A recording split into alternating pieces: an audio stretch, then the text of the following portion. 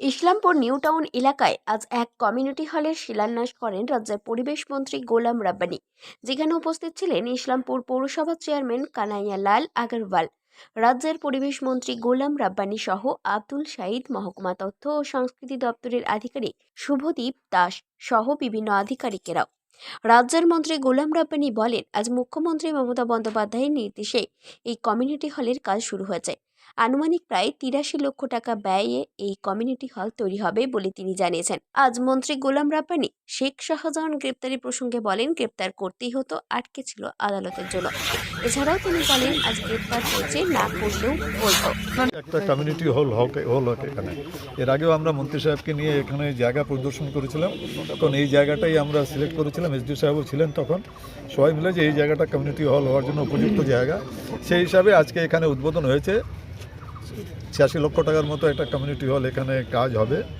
যারাই এখানে কাজটা করবেন, যে শুনেছি ডায়নামিক কনস্ট্রাকশন কাজটা পেয়েছেন, যেই পেয়েছেন কাজটা যেন সঠিক হয় সেই ব্যাপারটা আমরা সবাই এলাকার এখানে কাউন্সিলরও আছেন, আমরা সবাই এটা তত্ত্বাবধান করব যে কাজটা যেন খুব ভালো কাজ হয়, কাজের কোয়ালিটির সঙ্গে কোনো যেন কম্প্রোমাইজ না হয়।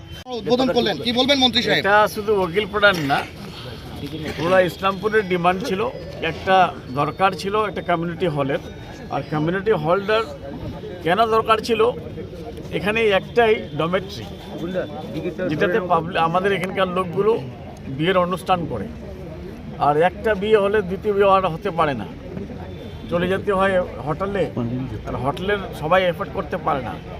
যার জন্য আমাদের মাননীয় মমতা ব্যানার্জি, আমাদের দলের সুপ্রিমো আর honourable chief minister government of West বেঙ্গলের, ওনার আদেশে এই ৮৬ লক্ষ টাকা স্যাংশন আমরা করাতে পেরেছি ইসলামপুর উকিলপাড়াতে কমিউনিটি হলের জন্য।